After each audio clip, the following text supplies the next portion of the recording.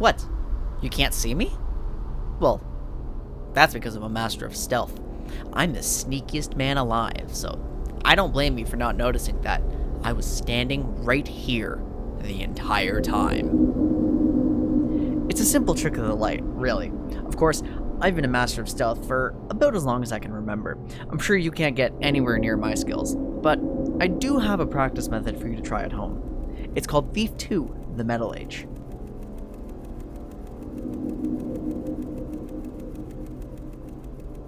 I have a very special connection to the Thief series, but it definitely didn't start out that way. I still don't remember what prompted me to pick up the original trilogy during a Steam sale, or what prompted me to reach the Haunted Cathedral mission twice in the original before putting the game down. Thief Gold was a janky game, but one that I thoroughly enjoyed. I thought it was such a cool and unique style of game. First-person stealth was super new to me. The real reason that Thief Gold is special to me, though, is because it actually started my Twitch channel. This is the very first game I streamed on my old scuffed laptop setup in the dark because I thought it would make things scarier. Its effects can still be seen on my channel.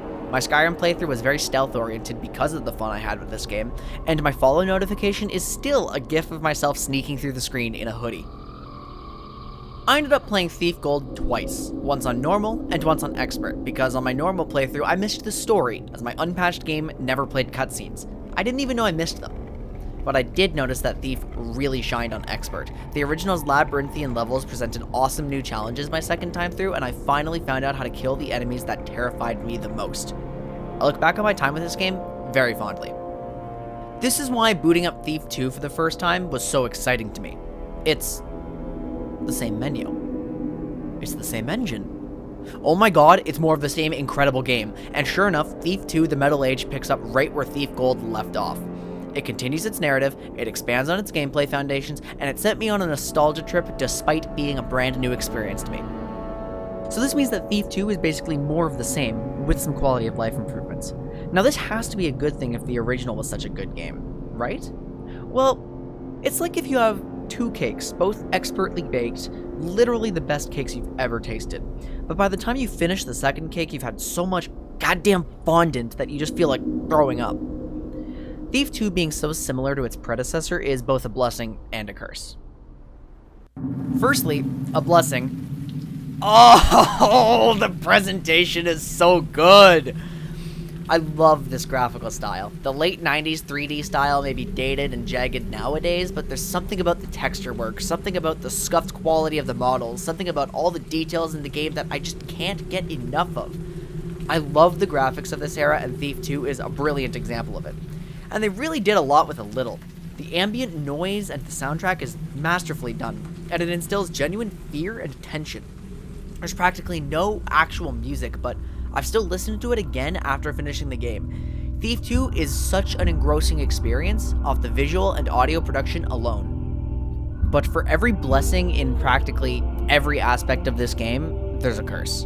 For the graphics, it's the lighting inconsistencies. Generally, the game is good at communicating what to expect. Bright light, dim light, and shadow is 90% graphically consistent with what your light meter is telling you, so you expect to be hidden or not when you see certain things. Sometimes though, and not often mind you, the graphics and mechanics fight a bit. That bit from the beginning of the video, not entirely a joke. Sometimes you'll find a random patch of pure darkness that didn't seem to be there graphically, but more commonly and much more frustratingly, you'd walk into an area that from the visuals you'd expect to be dim lighting and, hello, I am extremely stealthy. Thief's gameplay is generally as well executed as its presentation, which is to say it's incredible most of the time. My blind playthrough on this game was on expert, which meant I got less health, fewer item pickups, and more objectives in each level, which usually involved not killing anyone. This made combat a thing to avoid. Even on normal, most enemies are way more competent than you in a fight, so even the weakest enemies can beat you up and take your rent money. Anything can kill you if you don't have an escape plan, which is made even worse when the enemies start to get genuinely creepy. I still have nightmares about the haunts, but that's a huge positive for the game, especially since most enemies still have unique ways to take them out non-lethally from stealth, provided that you have the resources.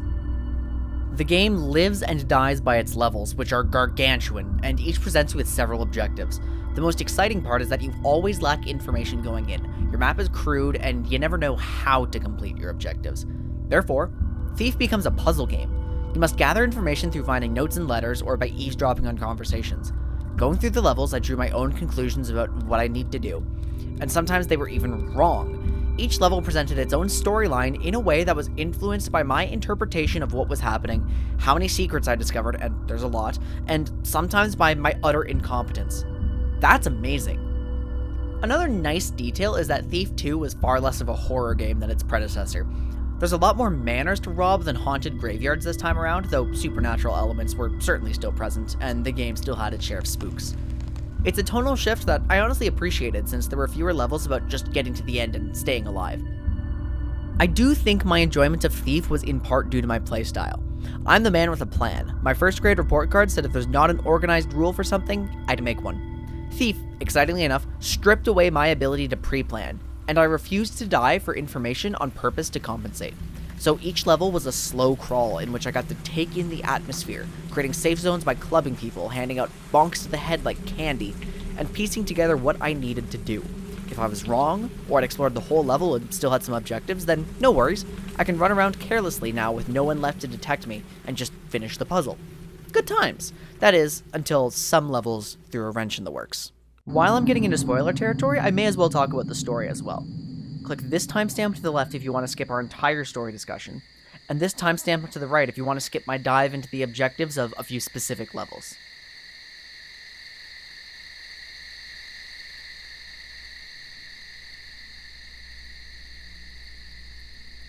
First of all, I love the narrative structure of Thief. It's very engaging for the player, since in the early levels, before the story's taken off, you can get a sense of narrative progression from eavesdropping. The in-level conversations are fantastic world building, and when the story really gets going, I loved it. Garrett trying to figure out who tried to kill him before inevitably getting roped into something much larger is such an in-character plotline. And the presentation of the narrative meant by the time I reached the final level, I'd figured out the plan of Karis, the game's antagonist, before the game explicitly defined it, therefore making me the smartest man alive. But there's certain things about the plotline that I just think would make it much less enjoyable to those who haven't played the first game. Victoria's appearance is a huge moment in the game that new players wouldn't appreciate, and the world building is lost without any familiarity with the world. Honestly, you can play this game first, but it's like opening a book in the middle and then complaining because you don't know who any of the characters are or why there's a mustard stain on the corner of the page. Thief 2 is a sequel in every sense of the word. It really picks up where its predecessor left off. Now, let's talk about levels. I'm a huge fan of levels that force you to change your usual playstyle. Done right, they mix things up and bring hours of joy. Done poorly, they make you want to gouge out your eyes, and then you remember that Garrett already got his eye gouged out in the last game, so you can't even have that. The best example of the former was the third level, Framed. On Expert, this mission has an objective prohibiting you from knocking out anyone, but I usually play with the policy of killing is wrong, but you can survive a concussion. It made the level very memorable and fun. Some instances of changing your playstyle were less defined, but still effective. Life of the Party provided me with far more non-lethal weaponry than any other level, meaning I was a walking arsenal who suddenly could play more aggressively than usual. Levels like Blackmail and Trail of Blood kept things fresh, but as the game went on and the levels got harder, I noticed some fatal flaws. The biggest offenders are specifically Kidnap and Casing the Joint. All the other levels were fantastic, but these caused some frustrations. Kidnap really isn't so bad, and it's a great callback to the first game, but your objective is to kidnap a man named Brother Cavador, and he can't sit still. Theoretically, you can learn his route and lie in wait, but his AI is weird, and what he actually does isn't properly communicated. I spent hours clearing out the area, only to find that he'd stopped his planned route and gone to bed, somehow separated from his guards when he never should be, which threw me off the trail, and it turns out he was sleeping back in an area I'd previously visited. Great mission, but soured by poor AI. That pales in comparison to Casing the Joint. Holy fuck, I cannot believe a level this bad is in a game so good. On paper, it sounds awesome. There's a unique objective where you can't start any confrontations, meaning you can never be seen or knock anyone out. You must ghost the level. Okay, that's cool. Good start. There's also an objective where you must find 7 secrets, one of which must be a secret stairway that has plot relevance. Okay, now we've got the level's guiding puzzle. Why are these objectives in the same level? They fight each other so much. Got the puzzle wrong, can't find the secret, well fuck you. All the guards are still active, and there's dead zones in the level that are impossible to get past since they're so heavily guarded. Go the long way again without alerting anyone once, and figure it out. Then, a third objective in the same level forces you to solve a puzzle in the library, and the secrets you need to click on to solve it are so goddamn small, and it's so dark, you can't see anything, it's just not fun. Nothing is enjoyable once you get far enough into the level. It's by far the worst example of expert difficulty objectives being blatantly hostile to blind playthroughs. Casing the joints could easily have been removed from the game, since the follow-up mission Masks is way better and uses the same map. I complained for a moment about the AI, but 9 times out of 10 it's actually really good, and the enemies are a major factor as to why the stealth is so enjoyable. The noises you make, the light level you're hiding in, they're all responded to predictably, but if you're playing well, you can still slip past them right under their noses. At one point, I got chased down by a guard seemingly from nowhere. After I died, I realized he saw me from outside through the window. That's kind of fun. But let's end on a few more things that just reek of archaic game design. The platforming that I loved so much from Thief Gold, those rose-tinted glasses I was looking through must have had a powerful prescription, because I cannot believe how frustrating it actually is. I had to reconsider some plays because I was always uncertain whether I'd vault over a wall as expected or just jump and make a loud noise like an idiot. Then, the inventory was obnoxious. Though the weapons are each assigned useful hotkeys, the items must be cycled through using the square bracket buttons. This doesn't work when you need a quick flash bomb to get out of danger. I had to prepare them in advance.